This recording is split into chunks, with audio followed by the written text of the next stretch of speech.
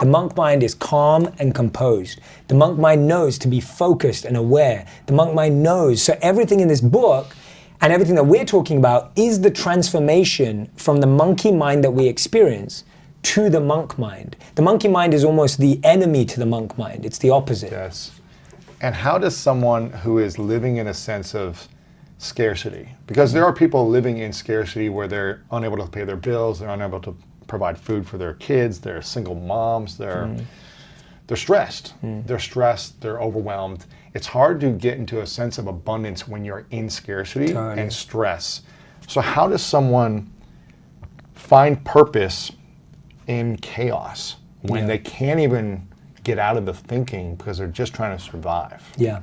So, beautiful question. My biggest answer is, first of all, I empathize with anyone who's been in that situation, I can't ever say I've been in that situation in the same way, but I've experienced similar things. You've seen feeling in your life. Yeah, in my own way. And I've seen my mom go through stuff like that. I know that my mom worked really hard to raise me and my sister while working, you know, while running around. And I've seen my mom be that incredible powerhouse of a person. And the main thing I would say is, what you can do right now is find meaning in what you do. Make what you do meaningful, passionate, and purposeful. You don't need to suddenly look to become an entrepreneur or start a side hustle or find some more time. Find meaning. And the way you find meaning, as you genuinely stop, press pause for a second, and go, what am I living for? Like, what am I living for right now? And if you're living for your child, and if you're living to provide and put food on the table, that is a beautiful thing that we should celebrate more. And sometimes it takes us a moment to stop and celebrate that. And so I would say find meaning, because you can't always find happiness, you can't always find positivity, but you can always find meaning in that position. So I'll give an example. Like, I lost someone really important to me, a mentor, a few days back. I can't be positive about that. You can't be happy about that. Yeah, it's hurtful. You feel sad, you feel lost, but guess what? I can find meaning in it. Because I can make a list of every lesson he taught me and make a plan to try and live every one of those lessons. Wow, that's beautiful. And so if you're in a really tough situation right now, don't look for positivity. Don't look for happiness. Look for meaning. That's a good one. Not trying to get yourself out of pain too quickly, or discomfort or frustration, which I've been in the guilt of being like, oh, just be positive or whatever to people. But I think it's like, have your experience, live your experience, and find meaning as quickly as possible, and create a commitment to how you want to use that meaning moving forward. I may not be great tomorrow, maybe not next week, next month, but I'm going to use this meaning to serve other people, to continue to do what I love, continue to be great to my friends, my family, in the best way possible. And when you start doing those small things with love and kindness, so much more opens up. It's like when you can be trusted with the small things and the small moments, you get trusted with more and more and more. And so like, it helps to just, in that moment, and it's in those painful moments that you realize how powerful you are. We all know that. Like, you really recognize it. And what you said was beautiful about not rushing through the pain, because, and this example's probably been shared before, but if you have a wound and you've cut yourself, it's like, you can't rush the healing. You can't rush it. If you broke your arm, and you've been through so many bodily injuries, you can't rush the process. It's going to take 6 weeks minimum to heal broken bone. Yeah, minimum. And you've got to sit through that. It's painful. There's no injections you can take. There's no videos you can watch. There's nothing you can listen to. But our challenge is we try and rush through the pain rather than reflect through the pain. We try to rush the healing process. Rush the healing, and you can't rush healing. And healing is meant to be slow because it buys you time. It buys you reflection. It gives you so much space. To slow down. And that's what your body's calling out for. And this is our emergency. Like, how many times have you heard it where you slow down, and that's when you fall ill? Because guess what? Your body has been trying to tell you to slow down. When you feel pain, so I write about it and think like a monk, pain makes you pay attention. That's what pain's for. Pain's Notice this. Notice this. Look at me. Notice me. Look at me. It's like a crying baby craving for attention. When a baby's crying, you don't just go, it's crying. You don't just go, oh yeah, we'll just put it in another room and forget about it, right? Like, you go to it and you find its needs. Whereas without pain, when something's painful, we're just like, oh yeah, I'll just forget about it. I'll escape from it. I'll do something else. You have to go into that pain. I'll numb the pain. I'll numb the pain. With That's alcohol it. or whatever. Yeah. 100%. That's usually our response is, what can I do to numb this? Work more, have sex more, drink more, whatever. drugs more, whatever it is. Rather than let me actually become alert. And guess what? The pain just gets higher and higher and higher and higher, because unfortunately, until it really hurts, we don't stop. Or you need more and more to numb it with. So true. And so you go to the extremes of life, right? So true. Now, what's been the most painful thing you've had to experience since, because I know leaving the monkhood was painful for you, because this was a mission of yours that you wanted to have for your whole life, and I think you were there for 3.5 years. So what's been the most painful thing, I guess, in the last 6 or 7 years since that time that you've had to reflect back on, take notice of, pay attention to, and reevaluate? That's a great question. I think for me it was in 2016, I moved out to New York. So just let me paint a picture of 2016. I moved 3 jobs. I got married. Wow. I moved country, and I just started a whole new life. Like, my life just transformed. So we went through all of that with my wife in 1 year. And by the way, all of that was surprises. The job change was surprises. Yeah. The country change was a surprise. The marriage was not a surprise. We planned that. Right. But apart from everything else, everything was a surprise. Now, I said I like surprises, so I can roll with it. But my point is, that's a lot of transition in a year. So much transition. And I felt the burden of being in a new city where we had no family, we had no friends. And my wife, who loves being around her family, and no one understands just how close she is to them, I felt this burden on me that I had taken away her time with her family, and now she was alone. So I was going out to work, and she'd be crying at home. And I was thinking, she's got no friends, she's got no support. And I know you can relate to this with moving and relationships and so much going on. And so it's like, I'm dealing with that. And guess what? 6 months later, I have to leave and move on and work on a new career to build everything myself. And then I'm 4 months away from being broke. And so on top of all of this, I've now got 4 months away from being broke.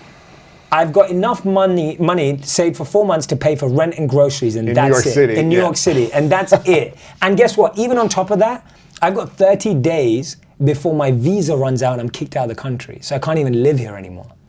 So not only have I just got married, moved job 3 times, changed career again, had to move into an apartment, 4 months of being broke, and I might get kicked out in 30 days, and my renewal for my visa costs $15,000. Oh. So that's gonna eat into those 4 months. I have probably never been under that much emotional, physical, and mental pressure in my life. Like, genuinely, I felt it. And I felt my body change. My breath was more stressed. I would be breathing faster, shorter breaths, not deep breaths, heart beating faster, not working out. You get into lazy habits, you start craving junk food. Sugar to get energy. I'm living in a 500 square foot apartment with my wife, which is tiny. Like, everything's in that space. And guess what? We both work from home. So I'm now sitting at a desk, hunched over, trying to figure stuff out. She's trying to cook in the same room. Like, I'm trying to just trying to figure out what to do. And I remember the next morning sending like 100 emails to people and just being like, this is who I am, this is what I can do, how can we serve? And that was the same year that I ended up meeting you later in that year. And the beginning 3 months of that journey were so stressful. Like, they were so stressful because I was like, what if I have to move back to London? What am I gonna say to her parents? I mean, I just took their daughter away. Like, just got married. I've lived in New York City for 6 months and my life's falling apart. Like, so much. And I've got all these views, but there's nothing happening. And we met. But you also, I mean, at this time, you're also growing so much. How are you able to create and reach this impact with your videos as that's growing while you're under so much stress and uncertainty? And I stopped a bit at that time. Like, things slowed down hard. Like, things slowed down. I remember that. I wasn't creating as much as I was because I don't enjoy creating from stress or pressure. And I don't think you can really create something from stress and pressure. So we really slowed down at that time. And when I was creating from a place of recognizing that I could share what I had learned and what I had grown in so far. So anything I was sharing was like, this is what I've learned so far. So that was the biggest pain that I've been through in the last 7 years, for sure. And all I can say is that I remember coming home to my wife knowing that this was gonna be the truth. And I came home and I said to her, I guarantee you, this is gonna be the best thing that ever happened to us. What, the pain? The pain. I said that to her the night I came home, and she gave out for that. I literally came home, I looked her in the eyes and go, this is the scenario. And I just want you to know that I guarantee to you, this is the best thing that's ever gonna happen to us. And I said to her, and this is a monk statement that we used to repeat, I said to her, I'm just not gonna judge the moment. Don't judge the moment, because what we do is we try to label moments as good or bad. And when you label a moment as bad, it now does not have the opportunity to become good. I'll give an example. If I go, I don't like this book's bad, right? And I love this book. But if I say that, guess what? I will never pick it up and recognize the value that's inside of it because you've labeled it. Yes. And we label stuff like we label, oh, that restaurant's bad. But when you label a moment, person's bad. That person's bad. Now you can't learn from that person. Oh, a great one. That's a really good one. As soon as you start labeling people or anything as good or bad, you limit it. You stop it from being something else. And here's the truth. Every moment can evolve into being anything if you give it the opportunity to. Right. But as soon as you say it's got no value anymore, you lose it. And so for me, I had to say to myself, don't judge the moment. And I'd keep repeating that to myself. Don't judge where you're at. Don't judge what's happening. Yeah, don't judge it as negative. Don't just start saying it's negative. Because guess what? We've all been in positions where a gift turned into a curse and a curse turned into a gift. That's true. Right? We've also where our dreams came true and it ended up not being what we wanted. Exactly. And it fell apart and it led us into our dreams. Totally. Why is it that so many people that win the lottery go broke? Yeah. Gifts can turn into curses too. True. But because we label them as the best moment in our life or the worst moment in our life. Whereas when you approach things to neutrality and just what you have on the table, you can be like, okay, what am I going to do next? Before we continue this video, make sure to subscribe below and turn on the notification bell right now so you don't miss out on these great videos every single day. That's why the greatest quarterbacks are neutral energy. They'll get a little excited, they'll get a little fist pump in there every now and then, but they're not hyped every play and they're not negative every play. They have this calm, they see the field, you drop a pass and it's like a little bit, let's go. But it's very neutral. Even when you score a touchdown, unless it's maybe the Super Bowl or a big championship at the end of a game, in the middle of the game, you want to keep it pretty like even keel paced so you can prepare for the best or the worst. That's great, yeah. But if you're always up and down, it's like your energy levels will go up and down and you'll be exhausted. Totally. You need to have energy in life. Totally. And if everything is tied around a story of this is bad, this is wrong, I'm in a bad place, I'm messing up, I'm going broke, that energy is going to pull you away from service. Exactly. Or creation, or creativity of how do I get out of this place. So I think it's really powerful. I love that. And I used to have a coach, and I think a lot of coaches use this, or at least he used to say to us, he would be like, if you lose, cry for a day. And if you celebrate, if you win, celebrate for a day. Yeah, that's it. And then move on the next day, get back to training. Don't let it run. Don't live in the past. Don't live in the past. And what we do is when we lose, we cry for a month. And when we win, we just move on. Yeah. Which means that our negative experiences hold us back and weigh us down more than our positive experiences. So we're actually allowing, because we don't immerse ourselves in winning and growth, we only submerge ourselves in negative experiences. Yeah, we need to celebrate also. We try to celebrate. I've been, that's been part of my life as well, is like moving on too quick. And now we try to like, let's enjoy, let's go to lunch or dinner and really like appreciate this moment and celebrate this moment and even have a dinner with some friends and family. Totally. Otherwise, what are we working so hard for? 100%. And we almost feel like we can't do that because that makes us complacent. Right. But that's my point. It's never good enough. Exactly. But if you win, celebrate for a day. If you lose, cry for a day, move on. Simple. And you learned so many lessons over your years. As a monk, you learned a ton of lessons, moving to, getting married, moving into a new country, building companies, launching products and books, and you've had ups and downs. What's been the biggest lesson in the last 12 months for you? Because you've created so much in the last 12 months. You've done so many things. What's been the biggest lesson for you in your life? Oh, that's a big question. I think I'd have to say that and I was saying it to a friend on the phone this morning when I was on the way to you, and I was just sharing it with him because he was having a moment in recognizing this. There's a wonderful verse in the Manusmriti, which I talk about in Think Like a Monk. It's a monk book. And in the verse it says, when you protect your purpose protects you. Now, I want to unpack that. What I mean by that is your purpose is like a rare jewel and a rare gemstone. And imagine you were walking around with the most expensive diamond or jewel in the world. How would you protect it? You want to just like wave it out, yeah. Yeah, you want to just wear it on your chest. Like this. Like a baby. Holding it. Yeah. Putting a pillow around it, a blanket, you'd protect it. You'd protect it. And so your purpose is like that. And guess what? Wow. People are going to tell you every day that jewel is not worth anything. They're going to tell you that jewel is actually valueless. It doesn't have any impact on your life. They're going to try and take away that value. They're going to tell you that there's another jewel out there that you need to have more value. And what ends up happening is I love the word, look at the wording, protect your purpose. You have to protect it. So what happens is your success grows, you get more opportunities, more ideas, more things coming your way, temptations, but they can all take you away from your purpose. Yeah. Distractions. And to me, I'm repeating this for myself because I'm like, I just want to stick to what I was born to do. And I'm so grateful that I get to do it. I'm so happy I get to do it. And I want to keep protecting it. I don't want to get lost in the waves. You know, you don't want to just get chucked in the waves of the ocean and just get lost and just not know where you're going. So for me, when you protect your purpose protects you. So that's been your biggest lesson? That's my biggest lesson. Why? Do you feel like your purpose has been maybe distracted in some ways? I don't think it has. But I'm saying it so it doesn't. Like You're reminding yourself. Yeah, I'm reminding myself. Like I'm preaching to myself right now. It's especially like, being in Hollywood and the temptation of all these opportunities out here. Totally, and I think for me it's a bigger lesson also because it gives me more faith. So I always encourage, and this is actually this is why it's my biggest lesson. I encourage so many people that I coach, so many people that I mentor, obviously everyone in my community and audience and everything, to go and follow that, go and live that purpose.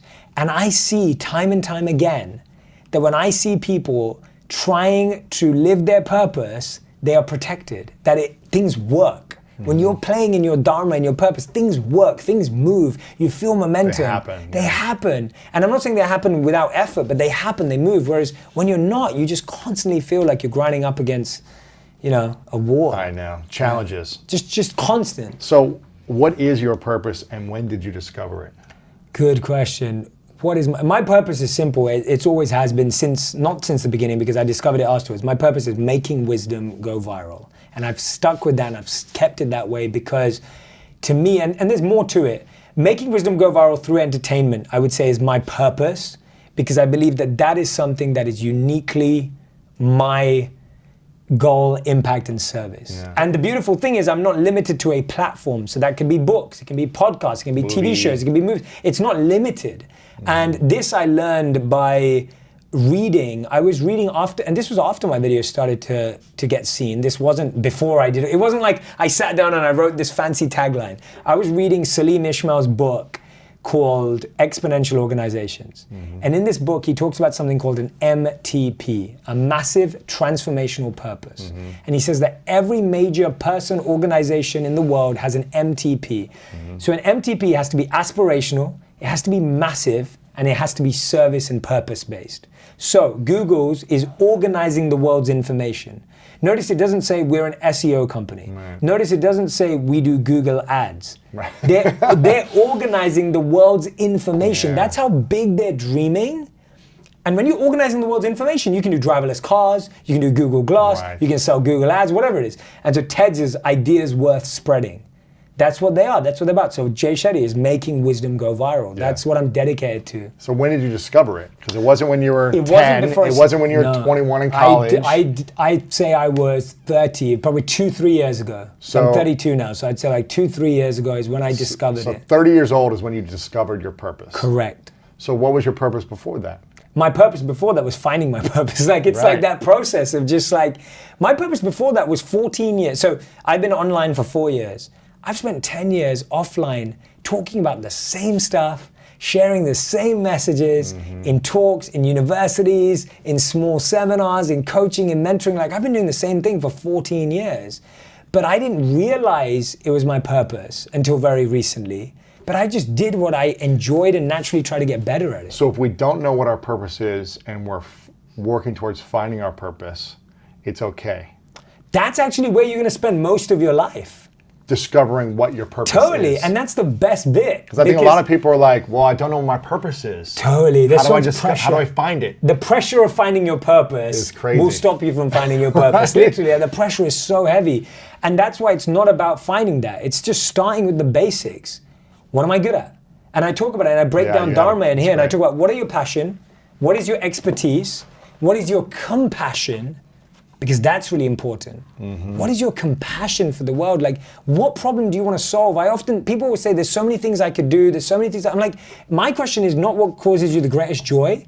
sometimes my question is, what causes you the greatest pain? Mm-hmm. Make that your purpose. Make that your purpose. If you don't know what your joy is, you definitely know what your pain is. What do you not like in the world? What do you not like? And so for me, go serve that thing. 100%. So for me, the greatest pain I see in the world is people not reaching their potential. That causes me more pain, because I believe that there is someone out there who is stacking shelves, who has the cure to cancer. Right. There is someone out there who's a talented singer. Is a talented singer. There is someone out there who's not living to their potential, and I think we're better people, we're better partners, and we're better parents when we live to our potential. So that's what I'm trying to solve. And I'm not saying that's the biggest thing, I'm just saying it's my thing. Whenever I work with people, I'm always telling them to find your purpose, focus on what you're most passionate about or what you have the most pain around. There you go. It's the same thing. It's like, do the thing you love the most and keep doing it until you either discover that's it, or maybe I don't love that anymore. Like, I played so many sports growing up. I used to love baseball. I used to love soccer, and then I got bored with it. I got burnt out by it. It wasn't a love of mine anymore. It wasn't a passion. And then I switched to football, and it was like, oh, this is a passion, and I'm actually more gifted physically for this sport than I would be for soccer. I was too big for soccer. I couldn't run 7 miles a day, right, on the field. But I think you need to try lots of things, and you might think it's a passion, but you might get burnt out and discover, I don't love it anymore.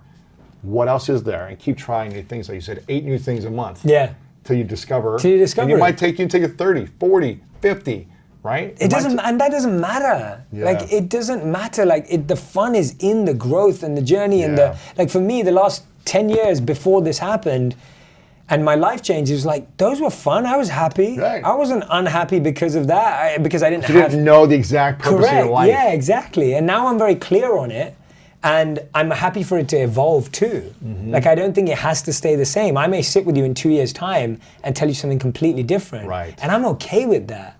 But I can only work with what I have now. And I think we start trying to postpone our purpose or find a date by which you have to. You put a deadline on your purpose? It doesn't make any sense. Like, if you really care about it, how can you put a deadline on it?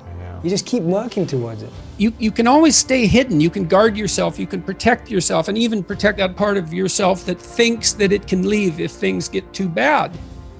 Now, the problem with that, in my estimation, is that you're going to drag your stupidity into the next relationship. Right.